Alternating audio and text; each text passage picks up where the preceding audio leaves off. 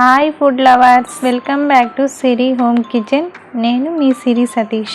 Today recipe palak paneer. ఇది చపాతీ, రోటీ, పుల్కా, రైస్లోకైనా చాలా బాగుంటుంది. ఇలా ఒక్కసారి ట్రై చేసి చూడండి. విత్ గ్రేవీతో పాలక్ పన్నీర్ ఇలా ప్రిపేర్ చేసుకుందాం. Okay, let's start. ఫస్ట్ పన్నీర్ని చిన్న ముక్కలుగా కట్ చేసుకొని తీసుకోవాలి. గ్యాస్ మీద ఒక కడాయి పెట్టుకొని 1 కప్పు పాలకూర వేసుకోవాలి.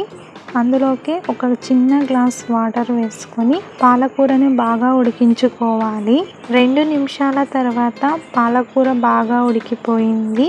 దానిని పక్కన పెట్టి తర్వాత ఒక మిక్సీ జార్లో 1 పెద్ద సైజ్ ఆనియన్, 1 టమోటో, మరి ఒక 5-6 పలుకులు జీడిపప్పు వేసుకోవాలి. దీన్ని మెత్తగా మిక్సీ పట్టుకోవాలి. అలా మిక్సీ పట్టిన దానిని వేరొక బౌల్లోకి వేసుకొని అదే మిక్సీ జార్లో ఇందాక ఉడికించిన పాలకూరను అందులోకి తీసుకోవాలి. అలాగే 3 పచ్చిమిర్చి కూడా అందులోకి తీసుకొని మెత్తగా గ్రైండ్ చేసుకోవాలి.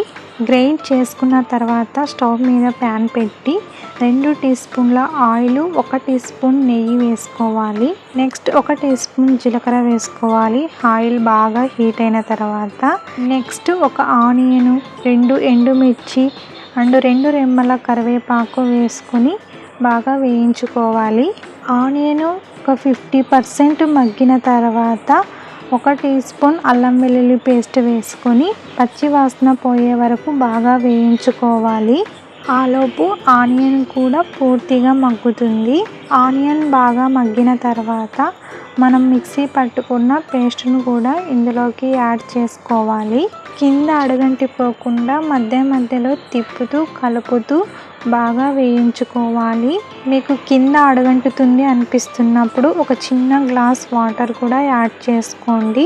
పచ్చి వాసన పోయే వరకు మసాలా బాగా ఉడికి ఆయిల్ పైకి తేలేదాకా మనం దీన్ని ఉడికించుకోవాలి. మసాలా బాగా మరిగేలోపు మీలో ఎవరైనా సబ్స్క్రైబ్ చేయకపోతే సబ్స్క్రైబ్ చేయండి, లైక్ చేయండి అండ్ షేర్ చేయండి. నెక్స్ట్ 1/2 టీ స్పూన్ పసుపు, రుచికి సరిపడా సాల్ట్, 1 టీ స్పూన్ కారం, వేయించి పొడి చేసుకున్న 1/2 టీ స్పూన్ జీలకర్ర, 1/2 టీ స్పూన్ గరం మసాలా వేసుకొని పొడులన్నీ బాగా మిక్స్ అయ్యేలా బాగా కలుపుకోవాలి. కలుపుకున్న తర్వాత 2 నిమిషాలు అలా మరిగించుకొని తర్వాత మనం మిక్సీ పట్టుకున్న పాలకూర పేస్ట్ని ఇందులోకి వేసుకోవాలి. 1 గ్లాస్ వాటర్ వేసుకొని బాగా కలుపుకుంటూ మరిగించుకోవాలి. ఇది మరగడం స్టార్ట్ అయిన తర్వాత ఖచ్చితంగా 6 నిమిషాలు బాగా మరిగించుకొని అందులోకి ముందే కట్ చేసి పెట్టుకున్న పన్నీర్ ముక్కల్ని అందులోకి యాడ్ చేసి మసాలా మొత్తం బాగా పట్టేలాగా బాగా మిక్స్ చేసుకోవాలి.